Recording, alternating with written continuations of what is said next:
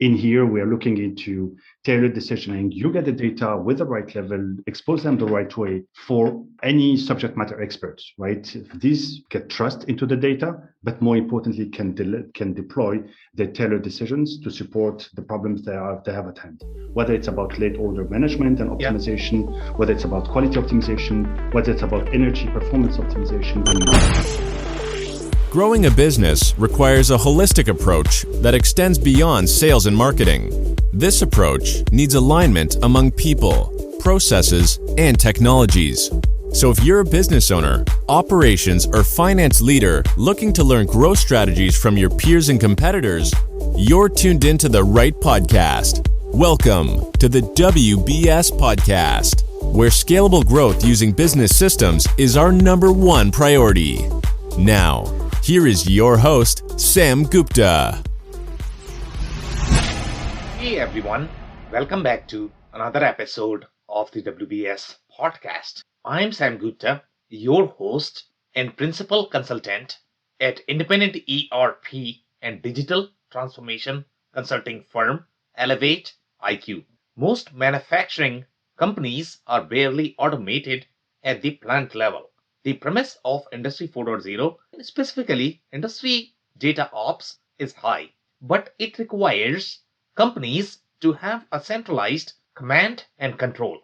Just like a supply chain control tower, the operational control tower will receive data from the plants and uncover operational efficiency synergies. Whether you talk about energy consumption, predictive maintenance, anomaly detection, or process bottlenecks. But what is the process of building operational control towers? And which technologies in the market can help with that?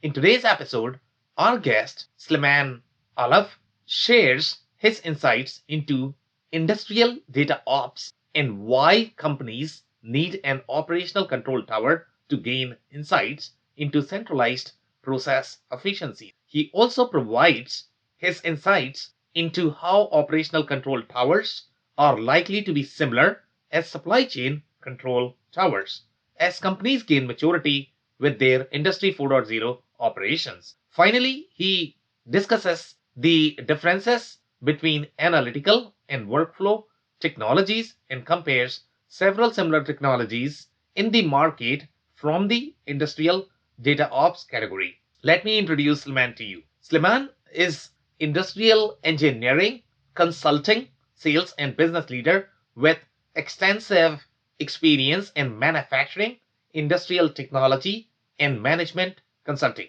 Today, Slimane leads Cognite's manufacturing vertical, helping global manufacturers leverage data and scale technology to build agile, future-ready systems in support of their current and next generation operations. Slimane has a PhD in industrial engineering from the Institute Polytechnic de Grenoble. With that, let's get to the conversation. Hey Slimane, welcome to the show. Hey Sam, thank you for having me here today. Really glad to be here. So excited. Happy really to spend this time talking about myself, my company, and my passions. Yeah, and I am super excited to have you as well because the kind of insights that you are going to bring to the table from the industrial data ops perspective, which is a very emerging field, not really sure how many companies really know about it, but it's going to be so fascinating to dig into those stories. Just to kick things off, do you want to start with your personal story and your current focus, Slimane? Absolutely. So yeah, I started 25 years in the world of supply chain, the world of software, and the world of operations management. Yeah. I have to say, leading organizations, from solution organizations, sales organizations, and global organizations, and supporting medium to large size organizations into their business transformations underpinned by digital journeys. That's really what I've been doing over the past 25 years. Joined Cognite a few months back, and I'm as such leading the vertical manufacturing, so the manufacturing business, driving really customer centricity and really a value-based approach to our customers. Okay, very cool. So obviously it's going to be so much fun to dig into what you are going to do in your role at Cognite. Obviously they are doing amazing things. There is no question about that. So first, we are going to be covering one of the standard questions that we ask every single guest. And Slimane, that is going to be your perspective on business growth. Oh my God, business growth, right? I think the first one is about resilience. I think everyone knows it with COVID. Everyone speaks about resilience, right? And I do believe that resilience is not only about the value chain and everything that you see, but as well how really where the rubber hits the road, right? The operations, how to make your operations predictable in support of resilient value chains. That's one. Second, I do believe it's all about sustainable growth, right? I think that everyone has an agenda called sustainability, and I do believe that, like many others, right, and like many other organizations, sustainability needs to be part of really the end-to-end business. Right? Think of sustainability for manufacturers like omni-channel was for retailers back in the early 2000s, right? That's second. Third, in my opinion, really, it's really breaking the silos, right? In the past, you had supply chain, you had operations, you had product, you had engineering. Now think of breaking the silos and really drive cross-functional approach across the organization, right? And that's really, for me, one big lever for growth. And fourth, many speak about Industry 4.0, right? What that means, how it helps drive more efficiency across the business. What does that mean? How to apply it are really critical points for really tailored growth. That's really how I see it. Okay, amazing perspective there. And, one of the comment that you made is, omni-channel was in 1990s, I guess, for retail.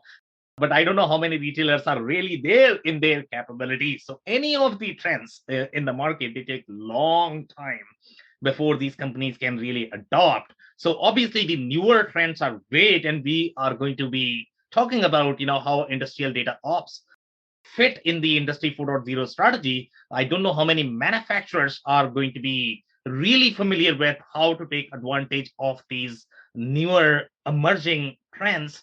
Obviously, the bigger companies are probably able to capitalize on that, but the newer companies probably don't understand. So the best way to start this is going to be probably pick a story that you might be familiar with and describe the business model, what the company did, what were their core challenges, and how industrial data ops, if that's what they did, how they utilized industrial data ops to solve their problems, whatever problems they had. Absolutely. And let me start really with, I have a couple of customers in mind, right? Okay. And I think they all share the same topics. Okay. So they invested heavily into, advanced planning solutions. Okay. They invested heavily into ERP, into other execution solutions, MES, and you name it. Right? I think the big issue they faced is as soon as they published a plan, that plan was obsolete, right? And I think there was very good reason to that. That plan was based on, I think, wrong actuals, wrong constraints, and you name it. And that closed loop, right? Everyone that was aspiring to that closed loop PDCA was unfortunately not happening, right? What that creates is a lot of frustration, amongst their planners, amongst their shop floor managers, their shop floor people. And I think that really, it got really to the point of the leaders to say, we need to do something different. Right. We have invested a lot in systems. We have invested a lot into our people. We do have a lot of data. Right. To your point of industrial data ops, how do we now start and build things another way? Right. Getting away from that paradigm of integrated planning and execution. So industrial data ops has been really a new way for them to say, I have a lot of data. I can make sense of that data. Right. That data used to be on data lakes. Great. Fantastic. Now, how can I leverage the data and put it into an operational context? Oh, very interesting. So we got into addressing that element of getting the data out of data lakes, putting it into an operational context in support of tailored decisioning. What tailored decisioning means is no more like the traditional, his SNOP, his supply chain planning, his factory planning or scheduling or slotting problem. This is more a new way of looking into exceptions, what good looks like, look at the exceptions, do root cause analysis, and drive either through artificial intelligence or machine learning the right way to improve the performance and the efficiency of your assets. So that's really how many of these couple of leaders have really thought of leveraging the data another way, building from that foundation up to this new talent, this new user systems that really were able to enable the tailored decisions to improve efficiency, to improve sustainability, to improve quality, and to improve as well throughput in their systems, in their operations. Okay, so very interesting. And I like the way this conversation is going to be going right now. And honestly speaking, there are a lot of different layers to this conversation. So first thing you mentioned that, they had a lot of different systems. Obviously, the APS that you mentioned, the advanced planning and scheduling system, a lot of bigger companies are going to have that. And that is that they typically introduce in the architecture or in the facility when they have had some sort of scheduling problem. So it's good that they at least had the APS, ERP, MES. But as you have correctly pointed out, that they still had the problems from the scheduling perspective, because as soon as you produce the plan, that was becoming obsolete. Okay, so now the direction that I want to take in this is going to be that, okay, so there are two layers to the architecture. One is going to be slightly more analytical layer. The second is going to be slightly more workflow centric layer. Now, when you look at the ERP, MES systems, they are designed to enable the workflow, the cross-departmental workflow inside the organization. And then you have the analytics layer, which is, you mentioned the, data lake. On top of that, probably your industrial data ops platform is going to sit. The analytics has a place, the workflow has a place. They both, have a place in the architecture. But typically, in my experience, people get confused when they are talking about the analytics layer versus the workflow layer. In some cases, they are going to think, what? If I have really strong analytics layer, maybe I can kick out my ERP. Maybe I can kick out my MES. But that's not how typically it works, right? So in your case, do you see this as more of the analytical workflow, or do you see this as more of the operational workflow where your operations are going to be connected the way your ERP or MES connects and provides that binding thread? Excellent. So it's a very great question here, because I think you are really touching really where data ops resides today. Yeah. Analytical is indeed an enterprise-wide initiative, right? And you have a lot of information, a lot of, time series and historians, and you name it. The issue is with that approach, you are lacking the operational context. Really what makes your operations so specific. So, right, what differentiates a factory in Kuala Lumpur from another one in Buenos Aires, from another one in the suburbs of Prague, as an example, in the case of that customer. So that's the analytical approach. Now, the workflow approach is very site-specific.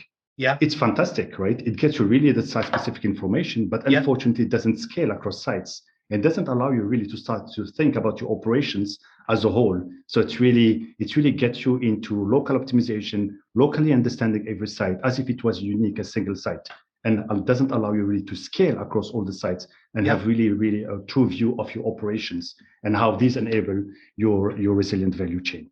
So that's one. Second, I do see that the how can I say, that workflow-based approach, it's still a silo, right? Because the traditional players were really looking into throughput as really the key focus, right? And efficiency, but maintenance, another type of system, right? And some talk about predictive maintenance on other type of systems. Some talk about quality as another type of systems, right? And sustainability is another type of systems. It's more reporting rather than planning and optimization. So I would see that really, this workflow-based approach doesn't allow for that cross-functional management of your operations, right? So where is industrial data ops into all this? Actually, it's a blend. It's the best of both worlds.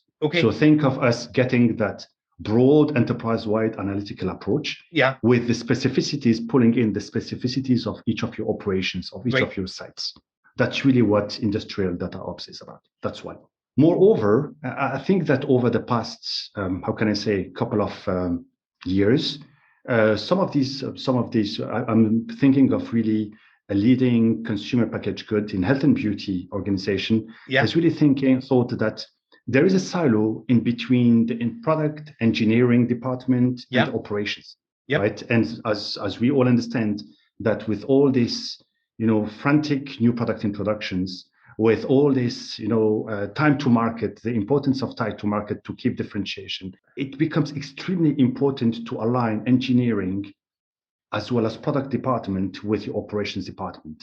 So engineering and product will give you that average recipe, that average bill of process. It's very important to get really the specific concept or the specificities of your production sites into this, so that you have a first time right approach and you get your products first time right to the market.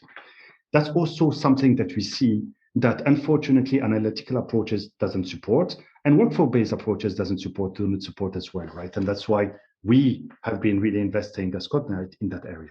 Okay, very interesting. So I actually want to go back to the story to make sure that our listeners are able to follow along. So in that story, you mentioned that, they had the state-of-the-art architecture. They had the MES system, they had the ERP system, they also had the APS.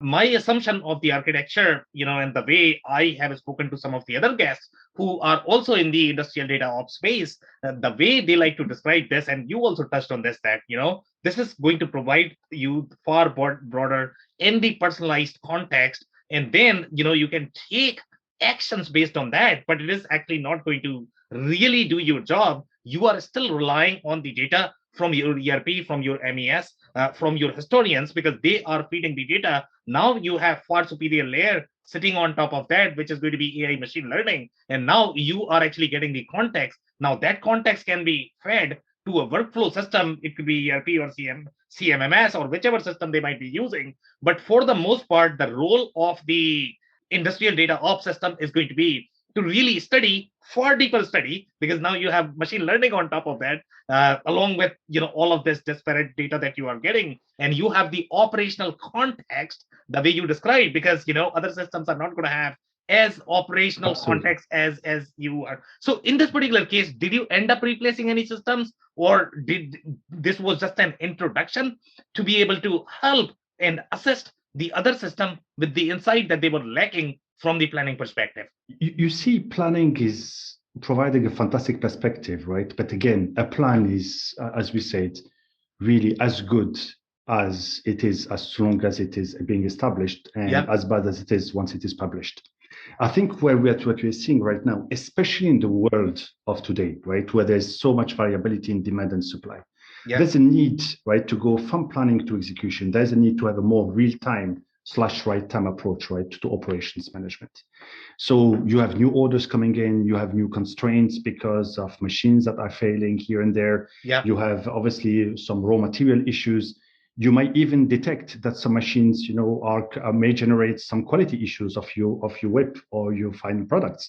Right. So in there is a need to have a different approach towards your operations. It's no more about planning and execution. It's as close as execution as possible to drive the insight and the decision, right? As close as possible. This is what I would call almost an operations control tower, right? I'm sure you have heard a lot about, many of my predecessors speaking with you, talking about supply chain control towers, right? Think of supply chain control towers, fantastic, right? But they all stop where the rubber hits the road, which is the floors of the factory. Now we are going into the next generation, which is operations control tower, and this is really what I'm promoting here today, alongside this data ops platform. Very cool. So I don't know how many companies really utilize the supply chain control towers, to be honest. When we speak to our customers, not everybody sort of has the connected supply chain, which is going to be far broader state of really connecting pretty much everything and bringing together the supply chain. And then they are going to get the insights that they are looking for to fix the supply chain. And, those are the issues that we are facing. And now you are talking about the operational control tower here, right? So the way I see this thing is, so obviously the traditional approach to analytics was inferior. We all can agree on that. Now, every department I am speaking with right now is trying to ask for that tailored insight. They are trying to ask for the insight that is going to be contextual to them, because they only care for what matters to them. They don't care for what matters to everybody else in the organization. So the parallel that I'm going to draw here, and I don't know if you are familiar with customer data platform. Okay, customer data platform is more from the commerce perspective, from the e-commerce perspective. The whole idea of the customer data platform is going to be, you are trying to tie the identity of the customer as the customer is going to travel through different channels across the platform. And that is typically a very difficult job. It's not that easy. So here, you are looking more from the operations perspective, and you are trying to provide the centralized insight across the resources and how you can optimize that. Am I reading this right or not? Absolutely. Absolutely, right. So I think there are quite a few fundamentals that really matter today to operations. The first one, segmentation, right? Segmentation of the business. I think it's relevant, right? The concept of segmented supply chain. Yeah. Everyone knows it. How you apply element of segmentation into operations today in order to address your late order management or even your scheduling problems, right? This is one of the issues. That's one. Second, I do believe that once you manage these operations, right, as you said, you can do it in a very, how can I say, siloed way, right? Yeah. You mentioned throughput, you mentioned maintenance, you mentioned quality, etc.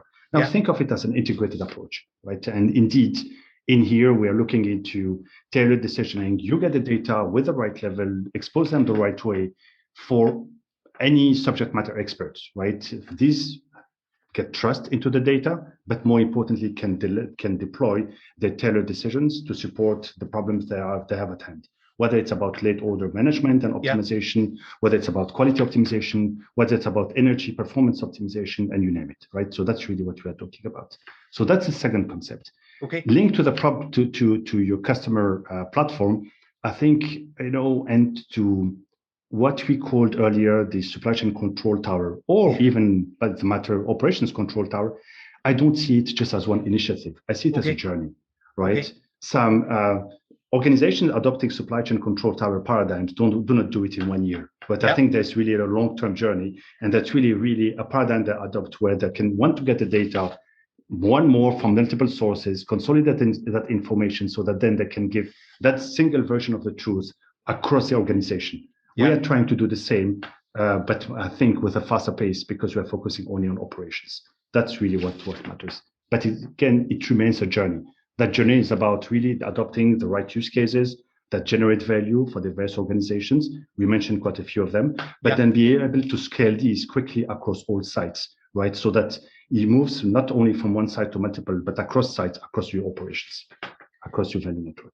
Okay, very cool. So let's go back to the story, and we are going to touch on the specific, use cases and the the user journeys in terms of, so initially we agreed that, whatever systems and the processes that they had, that was obsolete, that was not working. So we introduced a new fancy toy called industry data ops, and, this is going to solve all of our problems. I get it. Now, we are going to be talking about the specific use cases and the KPIs. What are the problems from the specific KPI perspective, and how the system actually sat in the architecture? What kind of data elements did it acquire from many different systems? What it did, and finally, what did it produce? So can you walk us through that entire journey of the specific use case or the KPI in this specific story or the engagement? Yes. So tell me, I think let's start really with, let me think of an organization, one of the leading manufacturers here in Norway, right? I think one of our customers. These guys started with, deploying a few use cases around, call it predictive maintenance. Right? Let's call it predictive maintenance.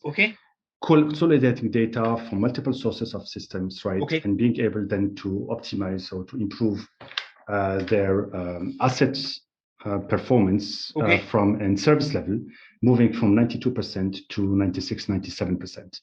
I think by doing so, one of the root causes, right, for their performance was not really around getting these time series and being able to adopt, right, latest technologies in terms of predictive maintenance, but more around what they would call getting all the signals from their machines. Right? Can be heat, can be speed, can be the way they cut, right, some of the parts, etc., and being able to consolidate all that information in a contextualized way. So consolidate these operations and be able then to move from the traditional predictive maintenance into what I would call condition monitoring. So being able to monitor the conditions of their assets over time and be able then to drive the right how can I say, predictive operations across the shop floor. So improved availability, that's one. Second, improved throughput. I think that's a consequence of that, right? To increase throughput from around the 5%. Sustainability is driven by a reduction of energy consumption, right? So think now that you're not only looking into reporting on energy consumption, but also being able to optimize your operations by looking at the way you consume the energy at the time of the day, different based on really varying costs, right, factors, and that's really led into reduction of energy consumption by circa 10%. Right. So it's not what we did for each of these use cases, but really you look at the holistic picture. Improved throughput, improved, how can I say, reduce energy consumption, improved maintenance, but also improved quality as a consequence of all that. Okay, so very interesting. Obviously, my listeners would like to improve all of this. Those are real KPIs. If they can improve, that's going to be a real financial gain for any company. But obviously, they are going to have probably a million questions in their head right now. Let's say if I am trying to do this for my company, what am I going to do? What do I need to do in terms of gathering this data? So are we talking about, let's say, I don't know if there's going to be industrial data ops is going to be some sort of software. I am trying to install that, plug it on, and that's it. It's going to be done. Or do we need to have things like historian that is actually going to feed the data? Or are you going to be connecting directly with the PLCs or the machines? How is the interaction happening in terms of the data gathering? And after the data gathering, what all these companies need to do to be able to get the same throughput and the energy consumption that you are talking about right now? You see, I think there is an element of indeed being able to get all these organizations sit on such an amount of data, tremendous amount of data, right? And being able to basically to consolidate that data and integrate into you mentioned the MES, the historians, and you name it. Absolutely. So that's one, right? But I think being able then to drive that data consolidation and contextualize the data, i.e. link a data coming from a tag with a specific machine and link it as part of an assembly line, right? This is really what it is, where the secret sauce is about, right? And do it not only for one site, but to do it across all sites, right? And I think for that, this is not about manpower. This is really about being able to understand all the data you have and put the right intelligence, artificial intelligence, to consolidate the data, right, as part of our data load and contextualization approach. That's one. Second, it needs about making the data available, right, for the end users. And for that, you need to have subject matter experts, right, citizen data scientists who will be able to do the heavy lifting for you. And here we're not talking about a heavy effort, right? So with that customer, they were able to deploy over 18 use cases with two FTEs in less than 18 months. So we're talking about a year and a half. Right? So think of 18 use cases deployed across multiple sites with their first sources of data, right? And all this in less than 18 months. So it's not only about the use cases, right? It's not only about the value you generate. There's clearly value by pulling data from operations to drive these real-time insights and that real-time decisioning. But for me, the most important thing is how long will it take you to do it? What are the platforms that you can leverage so that we are moving away from just data consolidation or data load and data consolidation, but put it as a practice into data contextualization, correlated dynamic semantic layer, or this in support of tailored decisioning. Yeah, very interesting. So one of the challenges that we typically hear from our listeners and the customers when we talk to them, obviously everybody nowadays everybody is talking about either the AI, machine learning. Everybody's trying to claim how much capabilities they have in terms of doing the predictive maintenance. Because obviously that is the main pain point for a lot of different operations manager. So what I am going to do now, I am actually going to do some name drop here, okay? And all of them are, typically try to claim that they probably have similar capabilities. But let's say if I'm the executive of the manufacturing organization, I need to know what I am buying, and if I'm buying a comparable piece of software or the technology to be able to decide whether it is really going to do what it is claiming to do, okay? So I don't know if you are going to be familiar with these companies. The companies are, machine metrics. That is very, very common and known in the manufacturing space. I don't know if you come across them. I don't know if you consider them as your competitors, but obviously they try to claim they are probably trying to do similar things. The second company is Raven.ai.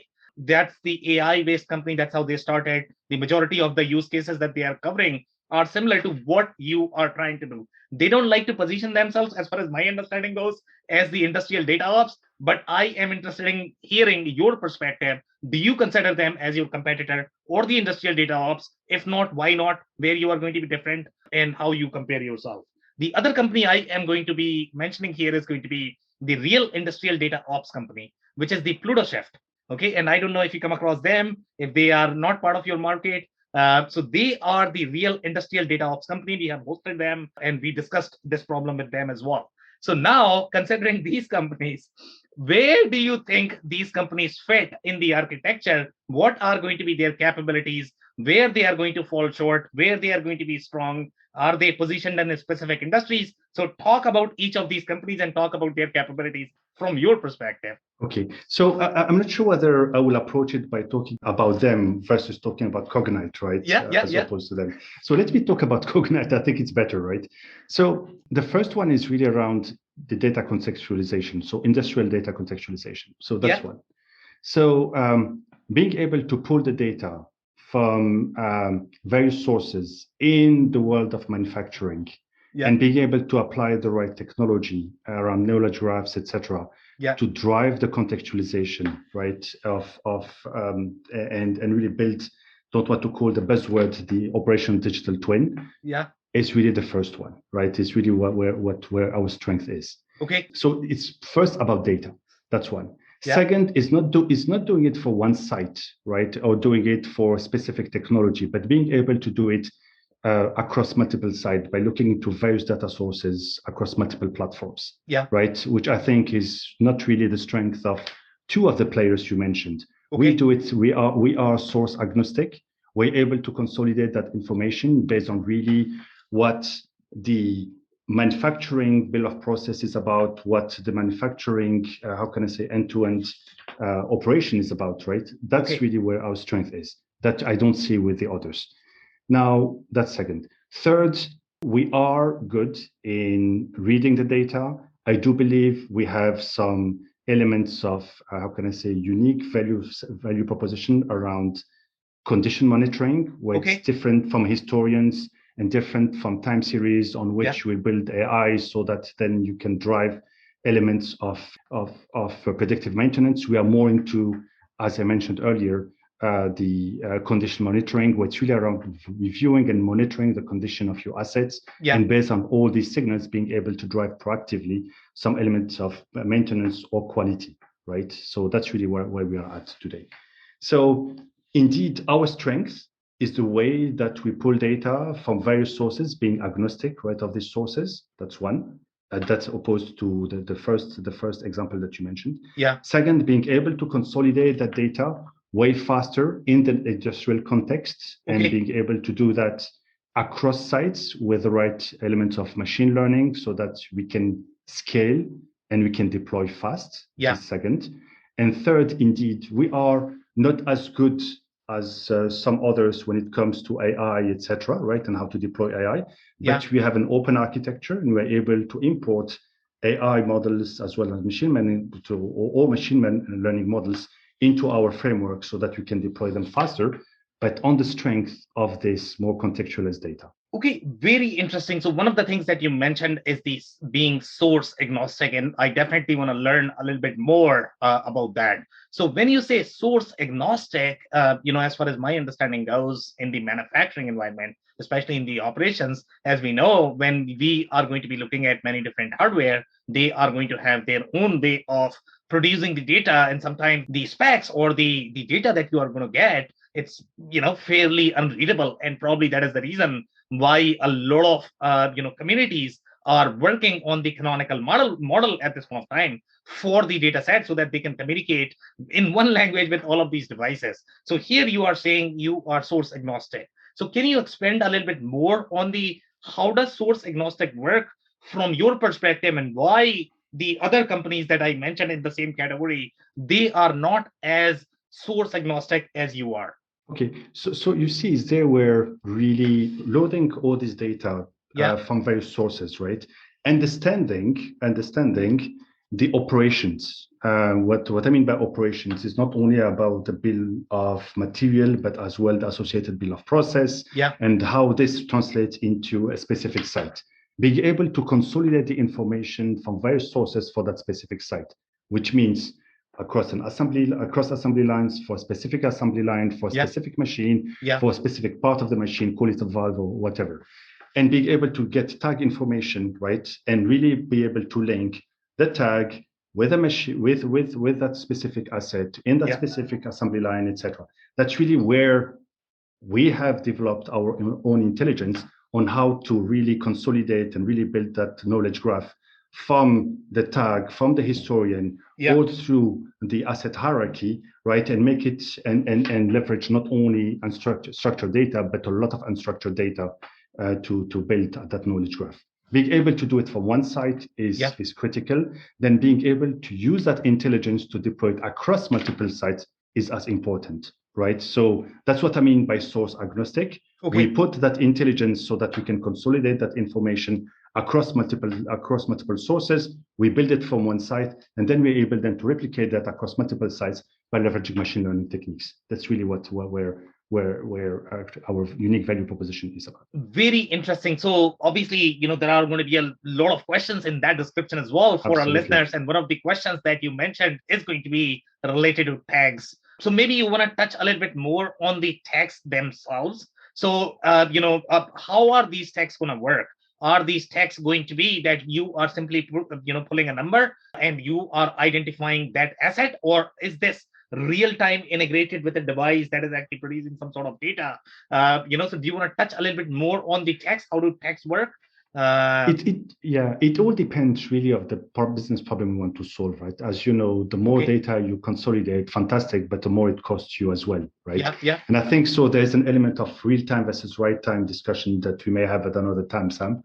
But really what it is about is really being able to consolidate the tag information. So load the tag information, call it a time series at the frequency you wish, right? And that's really what's important, that the frequency that is relevant to drive the right decision process, the right information to drive the right decision process. So that's really, so that's what I mean by being able to link it to the tag, right? And consolidate the tag information as part of the asset of a factory, data asset of a factory. Very interesting. So let's talk about some of the journeys of your customers and the engagements that you are working on right now. So what is one of the common barrier that you are seeing? And obviously your goal is going to be to install the operational tower, with every single manufacturer, but obviously they are not there yet. It's going to take a long time for them to have the operational control tower. They don't even have the supply chain control tower, which is probably a bigger pain right now when we look at the supply chain. So in your experience, what is the common barrier that you are seeing that, you are not able to install the operational control tower the way you would like to have? See, I think I would go, the first one is about digital maturity, right? Okay. I think, yes. So I think you are touching on this, right? I think through your questions, digital maturity. And it's important to say that not all organizations have adopted supply chain control towers. And I'm sure that not all organizations will adopt that fast an operations control tower. That's one, right? So digital maturity is one. And really executive sponsorship to drive, really to think on how really, how a digital initiative, right, can drive this business transformation is critical. I'm thinking here, so that's one. Second, I do believe it's all about data and data availability, right? As you said, many go and dream of this lighthouse and shiny greenfield operation, right? But many face indeed brownfield, and it's all about how to get the data, right? Whether the data is digital, whether it's analog, etc. So being able to consolidate all that information. And indeed, I think it's up to us, right, to take the challenge and show that we can consolidate that information as it stands today, right? To basically start with the first use cases that they believe can drive value for them. That's second. I think third, beyond data, is the aspiration of what to do with the data. right? I see a lot of our customers starting to think about their talent. Yeah. Right. But it's not about the talent. It's really, what is this new tool? What is this new apps that the talent needs to leverage so that talent remains engaged, that talent remains committed, right, to the company. I do believe that many organizations have many opinions, right, on how to drive really that talent engagement, right, tools and processes. But I have seen many organizations starting to think about these immersive experiences, right, by leveraging the right technologies, whether it is through AR, etc., and really put that in place. Yeah. So these are for me the top three challenges that we can address one way or another, right, as part of the journey. Yeah, those are indeed the challenges, and that we personally see as well. That's definitely going to be a challenge, irrespective of which digital technology or journey you are taking. So thank you so much for listing those down. Now, that's it for today. Do you have any last minute closing thoughts or remarks for our listeners? You see, I think when we look at all our engagements, I think of two best practices, right? The first one is, when you want to look into a strategy, a digital strategy, you need to establish what is your lighthouse, right, strategy to adopt and grow your digital program. That's one. Yeah. I think that's critical. The second is, while you think of that lighthouse, I think you need to have really an open approach to an ecosystem to digital. And that's really where I see really the DataOps platform being critical. It is as part of that really open approach, ecosystem approach. And it's there where the data gets out of the systems that you mentioned, these silos, and get exposed really as part of one consolidated approach towards this new decisioning, towards these new decision makers on the shop floor, managers and leaders. Okay, amazing. And my personal takeaway from this conversation is going to be the operational control tower is definitely a powerful notion. If you can figure out, how to implement that, so at least pay attention to how you might be able to enable, and then you can really hit the same throughput KPIs or the energy consumption KPIs.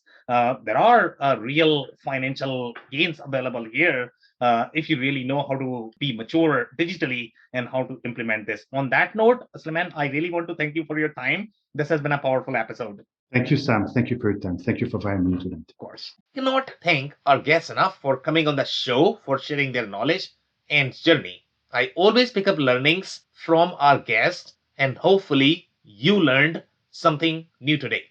If you want to learn more about Slimane or why manufacturing needs industrial data ops, head over to cognite.com/industry, cognite.com/industry/manufacturing.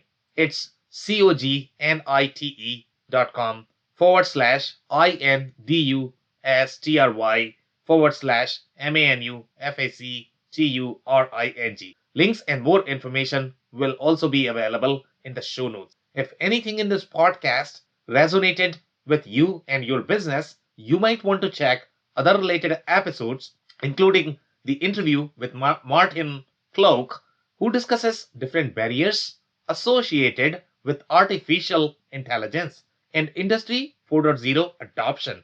Also, the interview with Pratik Joshi, who shares his insights into the operational data platforms and their role in the enterprise architecture for manufacturing companies. Also, don't forget to subscribe and spread the word among folks with similar backgrounds. If you have any questions or comments about the show, please review and rate us on your favorite podcasting platform or DM me on any social channels. I'll try my best to respond personally and make sure you get help.